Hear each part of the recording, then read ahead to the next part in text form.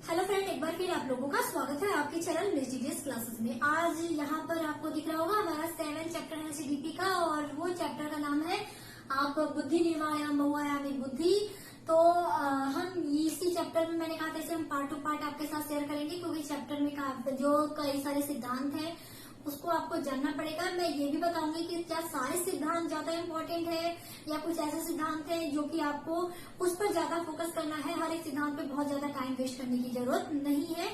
तो बस ये जानते रहिए कि कौन सा सिद्धांत किन्होंने दिया था, और वो मैंने ऑलरेडी प्रीवियस वीडियो में इसके बता दी है। तो कौन कौन सा सिद्धांत है और उसके प्रतिपादक कौन कौन से हैं, सारी चीजें आपने देख ली अगर आप मेरी क्लास अटेंड कर रहे होंगे। अगर आपने नहीं देखी है तो आप इसी वीडियो के डिस्क्रिप्शन बॉक्स में चेक करिएगा, आपको वीडियोज की लिंक मिल जाएगी। इसके अलावा सीडीपी के जो बाकी चैप्टर्स हैं उसको भी मैंने जो वीडियो बनाया है उसकी भी लिंक आपको मिल जाएगी, तो आप जाके वहां पे जरूर चेक करिएगा। और वीडियो अगर आज की पसंद आए तो वीडियो को लाइक करिएगा, शेयर करिएगा, चैनल को सब्सक्राइब कर दीजिएगा।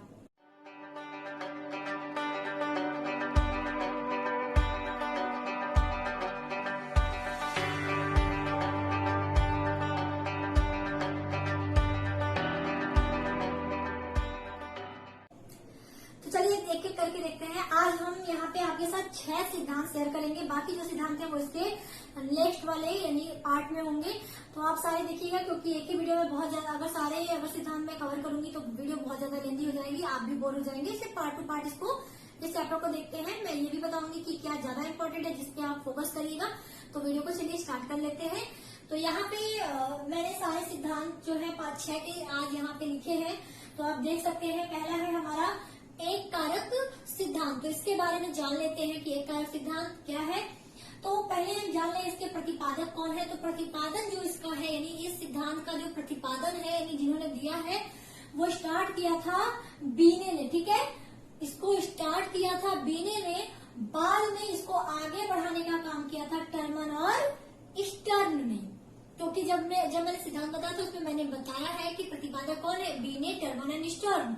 तो किस तरह है, यानी प्रतिपादन स्टार्ट किया था बीने ने, उसको आगे बढ़ाने का काम किया था टर्मन और स्टर्न ने। ठीक है, चलिए आगे बढ़ते हैं। इसके अनुसार बुद्धि क्या है, एक अविभाज्य इकाई है। यानी इन मनोवैज्ञानिकों ने ये माना कि जो बुद्धि है वो क्या है, बुद्धि कैसी है, बुद्धि एक अविभाज्य यानी जो विभाजित ना हो। ठीक है, एक अविभाज्य इकाई है। इन मनोवैज्ञानिकों का ये मानना था कि बुद्धि कैसी है, बुद्धि एक अविभाज्य इकाई है। ठीक है, चलो आगे बढ़ते हैं। अब ये सिद्धांत और क्या कहता है। तो इस सिद्धांत के अनुसार बुद्धि को क्या एक शक्ति या कारक के रूप में माना जाता है। यानी बुद्धि क्या है, बुद्धि एक शक्ति है, यानी एक कारक है। अर्थात इसका मतलब कि ये सिद्धांत हमको ये बताता है कि जैसे हमारी जो मानसिक शक्ति, क्योंकि बुद्धि का रिलेशन हमारे मानसिक शक्ति से ही आता है, तो इन्होंने कहा कि बुद्धि क्या है, बुद्धि एक तरह की मानसिक शक्ति है जो व्यक्ति के समस्त कार्यों का या तो संचालन करती है या तो उसके व्यवहारों को वो कहीं न कहीं प्रभावित करती है। क्योंकि हम कोई भी कार्य करते हैं तो उसमें हम कहीं न कहीं सोचते हैं, अपनी बुद्धि का प्रयोग करते हैं। तो इन्होंने यही कहा कि बुद्धि क्या है, एक तरह की मानसिक शक्ति है जो व्यक्ति के समस्त कार्यों का संचालन करती है या फिर उसके व्यवहारों को वो कहीं न कहीं प्रभावित करती है कि हमें इस तरह से नहीं, इस तरह से इस चीज को करना चाहिए। या कोई भी काम हम करते हैं, कोई भी व्यवहार करते हैं, तो उसमें हम किसका प्रयोग करते हैं, अपनी बुद्धि का प्रयोग करते हैं। तो इनका सीधा सीधा मतलब यही था। ठीक है, तो इसमें बहुत ज्यादा डिटेल में आपको नहीं पढ़ना है, बस आप ज्यादा इनके जो प्रतिपादक है उनका नाम ध्यान में रखिएगा, और बाकी तो इजी था ये वाला हमारा जो सिद्धांत है। अब हम बात करते हैं इसके द्विकारक सिद्धांत की। ये थोड़ा सा इम्पोर्टेंट है, इससे क्वेश्चन आपको देखने को मिल सकता है। अब जान लेते हैं इसके बारे में। तो इसका जो प्रतिपादन है किसने किया था, स्पीयरमैन ने। ये सब मैं बता चुकी हूँ कि प्रतिपादक कौन है हर सिद्धांत के। तो प्रतिपादन तो स्पीयरमैन ने किया था। अब इन्होंने कहा क्या था, इनके अनुसार बुद्धि के बारे में इन्होंने अपनी क्या राय दी थी। तो इन्होंने कहा था कि बुद्धि के कितने कारक होते हैं, 2 कारक होते हैं। ठीक है, इन्होंने कहा कि बुद्धि के 2 कारक होते हैं। यानी अगर हम कोई भी अगर कोई भी काम कर रहे हैं, अगर कोई भी मानसिक शक्ति प्रयोग कर रहे हैं किसी भी कार्य को करने के लिए, तो इन्होंने कहा कि जो बुद्धि है उसकी मानसिक शक्तियों को 2 भागों में बांटा जा सकता है। यानी उसकी जो मानसिक शक्तियां हैं बुद्धि की, हमारे यानी बुद्धि की जो मानसिक शक्तियां हैं वो दो भागों में बांटी जा सकती हैं। एक तो प्रथम सामान्य मानसिक योग्यता, एक है द्वितीय विशिष्ट मानसिक योग्यता। सामान्य मानसिक योग्यता को हम लोग स्मॉल जी से रिप्रेजेंट करते हैं, क्योंकि जी सामान्य का अगर इंग्लिश देखें तो क्या होता है, जनरल, तो हम इसको जी से रिप्रेजेंट करते हैं। विशिष्ट स्पेशल, ठीक है, तो स्पेशल का एस, तो इस तरह से आप याद रख सकते हैं। तो जो हमारी सामान्य मानसिक योग्यता होती है उसको स्मॉल जी से, जो विशिष्ट मानसिक योग्यता होती है उसको स्मॉल एस का रिप्रेजेंट करते हैं। कभी कभार इसी से क्वेश्चन पूछा भी है जी और एस के बारे में कि जी क्या रिप्रेजेंट करता है या एस क्या रिप्रेजेंट करता है, या फिर पूछ सकता है कि द्वितीय विशिष्ट मानसिक योग्यता को किस लेटर से रिप्रेजेंट कर सकते हैं, कुछ भी घुमा फिरा के आपको पूछ सकता है इससे रिलेटेड, ठीक है। इन्होंने एक बात और कही थी कि प्रत्येक व्यक्ति में कुछ न कुछ विशिष्ट योग्यता होती है, प्रत्येक व्यक्ति में कुछ न कुछ स्पेशल क्वालिटी यानी विशिष्ट योग्यता होती है। और इसके अलावा इन्होंने क्या कहा, सबसे बड़ी बात इनकी ये थी, ये वाली, जिसमें इन्होंने कहा कि जिस व्यक्ति के पास जितनी ज्यादा सामान्य योग्यता होगी उतनी ही ज्यादा वो जो व्यक्ति है वो उतना ही ज्यादा बुद्धिमान होगा। यानी अगर हमारे पास मानसिक योग्यता ज्यादा है तो वो हमारी जो बौद्धिक क्षमता है वो क्या होगी, ज्यादा होगी, यानी हम बुद्धिमत्ता जो व्यक्ति की है वो ज्यादा होगी। अगर उसके पास कोई स्पेशल, जैसे आप ही सोचो कि आप हर तरह का काम कर लेते हो, ठीक है, आप अपने घर में देख लो कि आपके पास अगर दो लोग आप साथ हो तो आप क्या है, किसी चीज में बहुत ज्यादा विशिष्ट तो नहीं है लेकिन आप हर तरह का काम कर सकते हैं, ठीक है। वही एक दूसरा व्यक्ति है जो हर तरह का काम नहीं कर सकता, केवल एक काम में माहिर है। तो ज्यादा बौद्धिक क्षमता किसकी हुई, कौन ज्यादा होशियार हो, जो हर तरह के काम, जो ज्यादा तरह की सामान्य चीजें कर सकता है, क्योंकि उसे हर तरह का नॉलेज है, किसी एक ही चीज के पीछे नॉलेज नहीं है उसका। तो यहाँ पे उन्होंने यही कहा था कि जितनी ज्यादा उसकी सामान्य योग्यता होगी उतना ही ज्यादा वो व्यक्ति अधिक बुद्धिमान होगा, ठीक है। इन्होंने अपने सिद्धांत में यही कहा था, ठीक है। तो ये आपने दो सिद्धांत हमारे देख लिए। चलिए अब उम्मीद करती हूँ यहाँ तक आपको समझ में आ गया होगा। अब हम बात करते हैं थर्ड की, जो कि है हमारा बहुकारक सिद्धांत। तो बहुकारक सिद्धांत जो सिद्धांत है उसका समर्थक यानी कौन है, तो थॉर्नडाइक जो है वो इस सिद्धांत के समर्थक है। और इन्होंने क्या कहा था, अब देखो, इन्होंने कहा था कि जो बुद्धि है वो कई तत्वों का एक समूह है। यानी बुद्धि क्या है, कई तत्वों का समूह है, और प्रत्येक तत्व जो है, प्रत्येक तत्व में क्या होती है, सूक्ष्म योग्यताएं होती हैं, ठीक है। यानी बुद्धि, इन्होंने अपनी तरफ से बुद्धि के बारे में क्या कहा, इन्होंने कहा कि जो बुद्धि है वो कई तत्वों का क्या है, समूह है, और प्रत्येक तत्व में क्या है, प्रत्येक तत्व में सूक्ष्म योग्यताएं क्या होती हैं, निहित होती हैं, ठीक है। इसके अलावा इन्होंने क्या कहा कि जो बुद्धि है उन्होंने तीन तरह की, मतलब थॉर्नडाइक ने बुद्धि को जो तीन प्रकार से बताया कि तीन प्रकार की बुद्धि उन्होंने अपनी इस सिद्धांत के अंतर्गत बताया। वो तीन तरह की बुद्धि कौन कौन सी है, एक होती है अमूर्त, दूसरी होती है सामाजिक, और तीसरी होती है यांत्रिक, जैसा कि मैंने यहाँ पर लिखा है। इन्होंने तीन तरह की बुद्धि बताई, अमूर्त, सामाजिक और यांत्रिक, ठीक है। इन्होंने इस सिद्धांत में बुद्धि के तीन प्रकार बताए, और इन्होंने इन तीन प्रकार की बुद्धि के अलावा चार तरह के प्रतिमान भी बताए। इसके अतिरिक्त इन्होंने चार तरह के प्रतिमान, स्वतंत्र प्रतिमान बताए, और वो कौन कौन से हैं, स्तर, सीमा, क्षेत्र और गति। तो ये सब चीजें आपसे नहीं पूछेगा, तो इसलिए आप लोग इसके लिए ज्यादा परेशान मत होइएगा, ये सब चीजें आपसे ज्यादा नहीं पूछेगा वो। एक ये सिद्धांत बहुत ज्यादा इम्पोर्टेंट है, बाकी आप प्रतिपादक के नाम रखिएगा क्योंकि वो हो सकता है पूछ दे। अब आते हैं प्रतिदर्श सिद्धांत पे। तो पहले आप ये जान लो कि प्रतिपादक कौन है, तो इसके प्रतिपादक है थॉमसन, ठीक है। कंफ्यूज मत होइएगा, ये थॉर्नडाइक है, ये थॉमसन है और ये थर्स्टन है। तीनों के नाम थ से शुरू होते हैं, तो कंफ्यूज मत होइएगा, थोड़ा ध्यान दीजिएगा। इस सिद्धांत के प्रतिपादक कौन है, थॉमसन है। अब एक चीज एग्जाम में आपको पूछ सकता है कि द्विकारक सिद्धांत के विरोध में कौन सा सिद्धांत आया था, बुद्धि का कौन सा सिद्धांत, द्विकारक सिद्धांत। द्विकारक सिद्धांत हमारा कौन सा है, ये, या फिर इसी को घुमा के आपको पूछ सकता है कि स्पीयरमैन के सिद्धांत के विरोध में कौन सा सिद्धांत है। अगर उसमें प्रतिदर्श है और ये अगर है और प्रतिदर्श अगर उसमें है तो आप समझ जाइएगा कि प्रतिदर्श हो सकता है। अब क्यों मैंने ऐसा कहा, अभी मैं नेक्स्ट वाले में आपको बताऊंगी कि मैंने कहा कि हो सकता है क्यों। अगर ऑप्शन में समूह तत्व भी देखो थोड़ा सा कंफ्यूजन हो जाता है, ठीक है, क्योंकि समूह तत्व जो है वो भी स्पीयरमैन के सिद्धांत के विरोध में बनाया गया था और प्रतिदर्श सिद्धांत भी हमारा जो द्विकारक सिद्धांत है जो कि स्पीयरमैन ने दिया था, तो द्विकारक सिद्धांत के विरोध में ये सिद्धांत भी प्रतिपादित किया गया था। अब इस सिद्धांत में क्या कहा गया है, इस सिद्धांत में कहा गया है कि बुद्धि क्या है, बुद्धि जो है वो कई स्वतंत्र तत्वों से मिलकर बनी होती है। अर्थात जो बुद्धि है वो क्या है, बुद्धि जो है वो कई स्वतंत्र तत्वों से मिलकर बना होता है। और इसके अलावा इन्होंने ये कहा कि जैसे अगर हम कोई विशिष्ट परीक्षण करते हैं तो इन्होंने कहा कि विशिष्ट परीक्षण अगर हम कोई करते हैं तो उस विशिष्ट परीक्षण से कुछ तत्व जो है वो दिखाई देते हैं, सारे तत्व नहीं, लेकिन अगर हम कुछ परीक्षण करें तो कुछ तत्व जो है वो दिखाई देते हैं, ठीक है।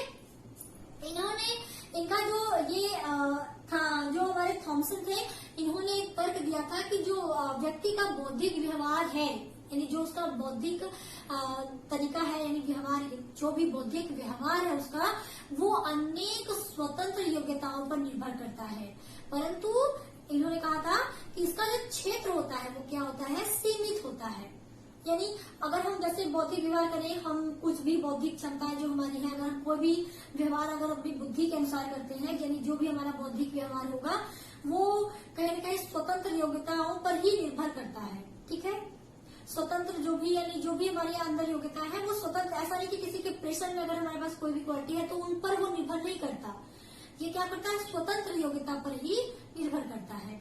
तो मेन इनका सिद्धांत ये था, इनके सिद्धांत के अनुसार केवल इतना ध्यान रखिएगा कि इनके सिद्धांत के अनुसार ये था कि जो बुद्धि है वो स्वतंत्र तत्वों से मिलकर बना होता है। और जब हम कोई विशिष्ट परीक्षण करते हैं बुद्धि को जानने के लिए, जब हम कोई एक पर्टिकुलर परीक्षण उस व्यक्ति पर करते हैं तो क्या होता है कि उस परीक्षण से कुछ जो तत्व है वो दिखाई देते हैं, ठीक है।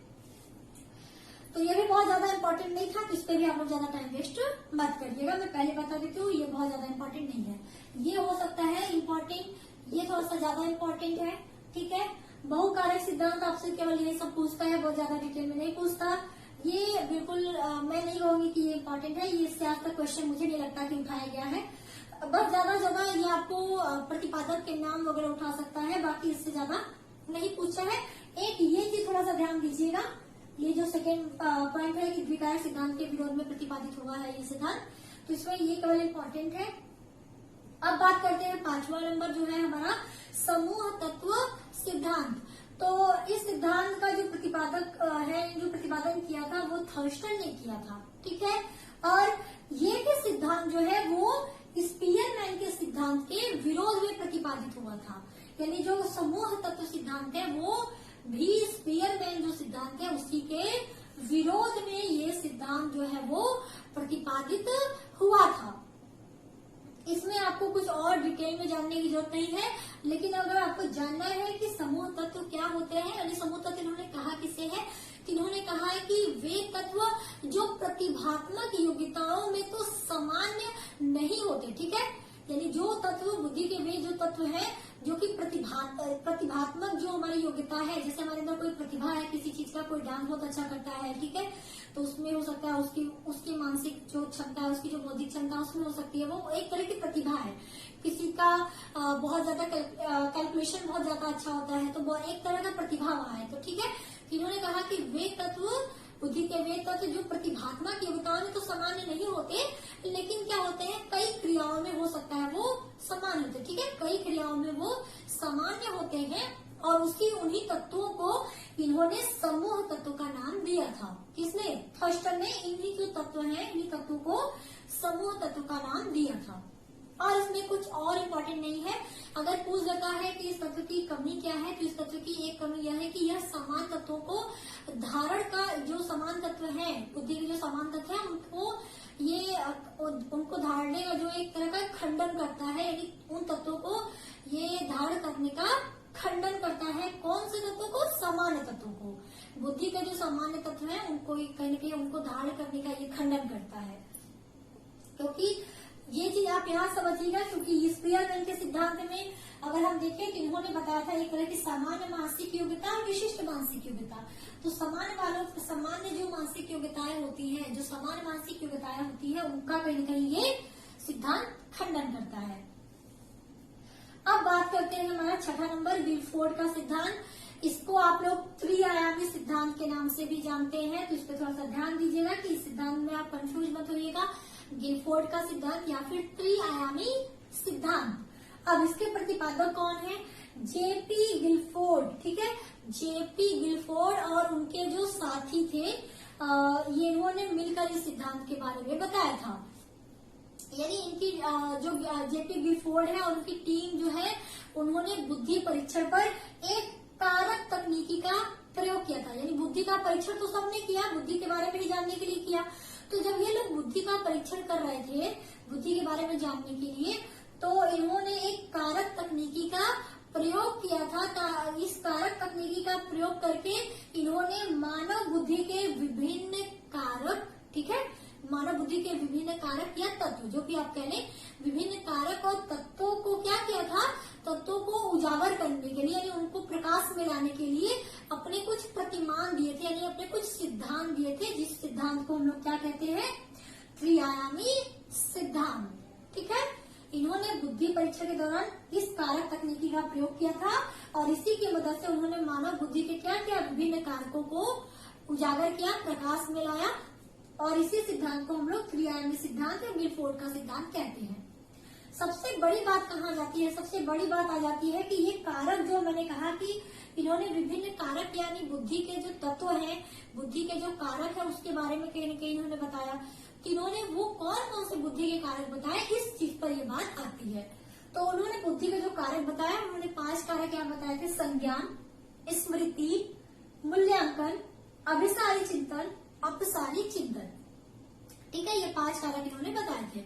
अब हम बस थोड़ा सा जान लेते हैं कि ये क्या क्या है, बहुत ज्यादा डिटेल में नहीं, बस आप समझिए कि आखिर होता क्या। संज्ञान क्या होता है? जब जैसे किसी चीज की खोज करना या किसी चीज को पहचानना, ठीक है। संज्ञान का अर्थ ये होता है खोज करना या पहचानना। अब हम जैसे किसी चीज को हमने देखा, हमने उस चीज को जैसे हमने खोज लिया या किसी चीज को देखा तो हमने पहचान लिया। तो जब हम पहचानते हैं तो हम क्या करते हैं? अगला स्टेप, वो चीज हमारे माइंड में याद हो जाती है, सेव हो जाती है। तो अगला जो स्टेप है स्मृति। स्मृति का मतलब क्या होता है? याद करना उसको, ठीक है, अपने माइंड में रखना, धारण करना। तो स्मृति किस चीज का होगा? स्मृति होता है इसी संज्ञान का। तो स्मृति का मतलब संज्ञान को धारण करना। संज्ञान को धारण करना ही क्या कहलाएगा? स्मृति। अब हमने जैसे कोई चीज देखी, हमने पहचान लिया, या फिर हमने कोई चीज खोजी, हमने उस चीज को फिर हमने क्या किया? याद कर लिया, या फिर अपने अंदर धारण कर लिया, उसके बारे में हम समझ गए, याद कर लिए। अब हमारा अगला स्टेप क्या होगा? जो चीजें हमने सोची या फिर जो चीजें हमारे अंदर है, हमने क्या किया? हम उसके बारे में सोचेंगे कि क्या ये अच्छा है, इसकी अच्छाई क्या है, इसकी बुराई क्या है, उसके परिणाम क्या क्या हो सकते हैं। यानी हम कहीं न कहीं क्या कर रहे हैं? इस चीज का मूल्यांकन करते हैं। जो भी हमने चीज धारण की है, उस चीज का हम क्या करते हैं? मूल्यांकन करते हैं। मूल्यांकन के अंतर्गत उसके परिणामों के बारे में सोचते हैं कि ये अच्छा होगा कि बुरा होगा, कि ये कैसी है, अच्छी है, बुरी चीज है, ठीक है। जो भी उस चीज के बारे में हम क्या करते हैं? उसके परिणामों का हम मूल्यांकन करते हैं, चिंतन करते हैं। अब बात आती है अभिसारी चिंतन और अपसारी चिंतन की। अब मतलब होता है प्रसार, अपसारी का मतलब होता है विस्तार पूर्वक, ठीक है। अभिसारी का मतलब होता है संकुचित। तो अभिसारी चिंतन के अंतर्गत जैसे हम कोई चीज हम जान गए, हमने उसका मूल्यांकन किया कि हाँ चलो ये चीज ऐसी है वैसी है, हमने मूल्यांकन करके पता कर लिया। अब हम क्या करते हैं? हम उस चीज के बारे में सोचते हैं कि क्या ये चीज कितनी अच्छी है, उसके बारे में हम क्या करते हैं? विस्तार पूर्वक चिंतन करते हैं। अब अगर जो हम उसके बारे में चिंतन कर रहे हैं, उस चीज के बारे में विस्तार पूर्वक जानने के लिए हम क्या कर रहे हैं? उस चीज के बारे में हम सोचने लगते हैं, चिंतन करते हैं। तो एक 2 तरह के चिंतन हो सकते हैं, ठीक है। ये एक होता है अभिसारी, एक होता है अपसारी। अभिसारी का मतलब अगर हम जो भी हमारी सामाजिक सोच है, ठीक है, पारंपरिक जो भी हमारी सोच है, यानी जो भी पारंपरिक धारणाएं हैं, अगर हम उसके अंतर्गत उस चीज के बारे में चिंतन कर रहे हैं तो वो कहलाएगा अभिसारी चिंतन। लिमिटेड, संकुचित, जो कि हमारे सामाजिक जो अवधारणाएं हैं, जो हमारी पारंपरिक अवधारणाएं हैं, जो पहले से चली आ रही है, उसी के अनुसार अगर हम सोच रहे हैं उस चीज के बारे में कि वो चीज कितनी अच्छी हो सकती है, वो चीज कितनी बुरी हो सकती है, ठीक है, तो वो जो चिंतन होगी वो अभिसारी के अंतर्गत आएगी। अपसारी चिंतन का मतलब हो जाएगा कि हम क्या है, हम वही चिंतन अगर हम करें जो कि चिंतन क्या हो, इसकी तरह संकुचित न हो, वो विस्तार पूर्वक हो, यानी हम क्या करते हैं उसमें, हम उस पारंपरिक धारणाओं से मुक्त होकर ये भी नहीं सोचते कि इसके बारे में पहले से क्या थॉट बनी है, हम अपनी सोच वहां पे लेके आते हैं। हम उस चीज के बारे में ये भी आकलन करते हैं कि ये चीज अच्छी होगी आगे चल के कि नहीं, ये चीज अच्छी है कि नहीं है, ये समाज के नजरिए से अच्छी होगी कि नहीं, ठीक है, जो भी चीजें हैं, यानी हम उसका क्या करते हैं, विस्तार पूर्वक चिंतन करते हैं हर एक क्षेत्र से, किसी एक लिमिटेड क्षेत्र के अंदर रह के नहीं करते। तो वो जो चिंतन होती है वो होती है अपसारी चिंतन। तो ये था कंप्लीट आज के इस वीडियो में, जिसमें हमने 6 सिद्धांत बताए। जो ज्यादा इम्पोर्टेंट था उस पर थोड़ा सा ज्यादा बताया, जो ज्यादातर इम्पोर्टेंट नहीं है उस पर ज्यादा आप फोकस मत करिएगा। मेरा मानना तो यही है कि बहुत ज्यादा डिटेल में पढ़ के कोई मतलब नहीं है, सॉलिड पढ़िए जो कि आपको एग्जाम क्रैक कराने में आपकी मदद करे। लॉकडाउन आपको पता है कि बढ़ गया है, तो अभी मुझे नहीं लगता कि इतनी जल्दी कोई भी एग्जाम होने वाले हैं, तो आप लोग अपनी जो तैयारी है वो घर पे ही रह के करें। जब भी होगा आप लोग इतना अपने आप को बेटर कर लीजिए कि जब भी एग्जाम होगा, अगर आपको उस टाइम ना भी मिले कि नहीं बहुत टाइम उन्होंने नहीं दिया एग्जाम का, तब भी आप अभी से तैयारी अगर करते रहेंगे डेली के क्लास, तो आपका आराम से क्लियर हो जाएगा। चाहे आप किसी तरह के किसी भी स्टेट के एग्जाम दे रहे हैं, क्योंकि इस तरह के क्वेश्चन आते हैं कि आप इस स्टेट के हैं तो क्या मेरा हो जाएगा, नहीं हो पाएगा। तो मैं आपको बता दूं कि सीडीपी जो है वो हर जगह सेम होती है, तो आपको परेशान होने की जरूरत बिल्कुल नहीं है। तो बाकी कैसी लगी वीडियो आप लोग इसको बताइएगा कमेंट करके। इसके जो बाकी सिद्धांत है इसके हम नेक्स्ट पार्ट में कवर करेंगे। तो चलिए अभी फिलहाल के लिए thank you so much. Video पसंद आई तो आपको पता है क्या करना है, वीडियो को लाइक भी करना है और कमेंट करके मुझे जरूर बताना है कि वीडियो आपको कैसी लगी। और चैनल को आपको पता है, चैनल को ज्यादा से ज्यादा लोगों के साथ शेयर करें और चैनल को सब्सक्राइब भी करें, ठीक है, अगर आपने नहीं किया है तो अभी के लिए thank you so much video को देखने के लिए। आप लोग अपना ख्याल रखिए, घर पे रहे, सुरक्षित रहे और लोगों को भी बताएं जो बाहर निकल रहे हैं कि आप लोग घर में रहें, क्योंकि जो भी ये वायरस है बहुत ज्यादा खतरनाक है। आने वाले दिनों में अगर आप नहीं बरतेंगे चीजें तो हो सकता है ज्यादा प्रॉब्लम आपको क्रिएट करे। तो फिलहाल अगर आने वाले दिनों में खुश रहना चाहते हैं तो अभी थोड़ा सा संभलना बहुत ज्यादा जरूरी है। तो फिलहाल आज के लिए इतना ही, वीडियो को स्टॉप करते हैं, मिलते हैं आपके साथ नेक्स्ट पार्ट में। अभी के लिए thank you so much, take care, bye bye, जय हिंद।